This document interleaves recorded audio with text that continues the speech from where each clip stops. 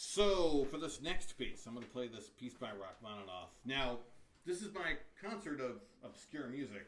Rachmaninoff is not obscure. So why am I performing this piece on this program? Because I wanted to play it last year, and there were two problems. One problem was that this piece didn't quite fit with the rest of the pieces on that program. And the other problem is that this piece is too hard. And it really wasn't going to be ready in time. And you might ask, now when I play this, you're not going to think it's that hard. There's other pieces on this program that look harder. Well, why is it so difficult? Because Rachmaninoff had gigantic hands. He could put these four fingers here, and he could put his thumb there, okay? And if you could do that, great. You could play this piece pretty easily. If you can't do that, you are in trouble. Okay, this piece is so, how hard is it? It is harder than all of the rest of this music combined. Also, you remember when I did the Rhapsody in Blue with the Sag Harbor Community Band? This is way harder than that. And so, what is an etude, you might ask? So an etude is a study, okay? It's not something that you would perform for an audience. It would be like... It's something that you practice on your own to get better at playing your instrument. You wouldn't play that for an audience because the audience is going to hate you and be really bored.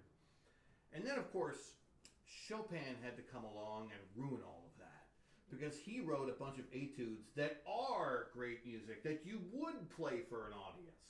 And because he did it, well, Liszt did it, and Debussy did it, and Scriabin did it, and Rachmaninoff did it too, except Rachmaninoff did it for a pianist with gigantic hands.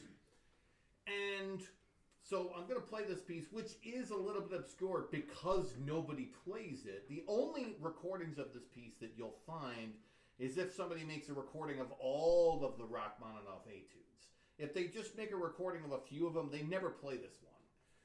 And for Rachmaninoff, the tragedy of this piece is that he composed this set of etudes in 1917. And at the time, he was living in Russia, and he was making his living as a composer and a conductor. And then, what happened later in 1917? The communists took power. And Rachmaninoff was a member of the nobility, and the communists stole all of his land and all his money. And he left. And he was married, he had kids, and he needed to go someplace. He eventually came to America, and he could not make a living as a conductor or a composer. And so at the age of 44, he became a concert pianist. And he's now considered to be one of the greatest pianists of all time, which I would definitely agree with. And this piece is challenging enough that I'm going to ask Molly to turn pages for me. And Josh, you wanted music. So this is the only piece for which I have a book that I can lend you. And I'm asking Molly, because I know that she can. Can I? Yes. Why don't you come over here so you're not blocking people. So... Anything. You can follow music, right? You know how to read music? I can try. Okay, all right. So here's the Rachmaninoff Etude Tableau in D minor. I was just about to ask if she plays music. There's a reason I asked her.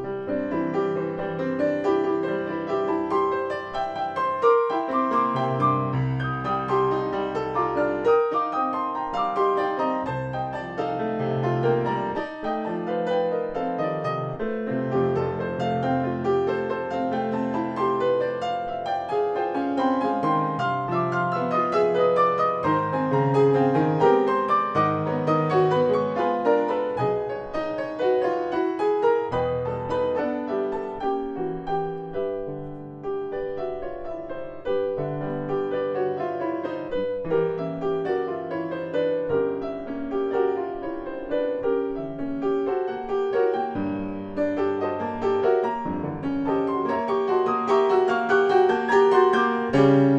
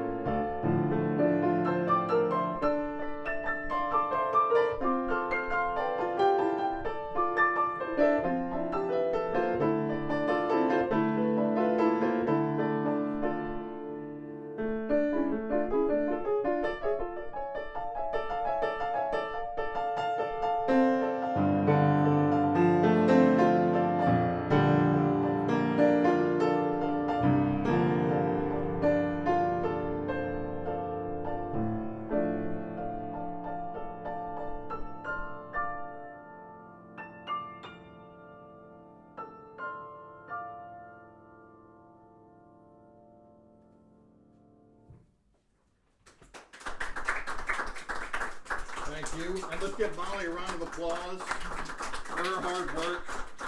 She had no idea she would be doing that.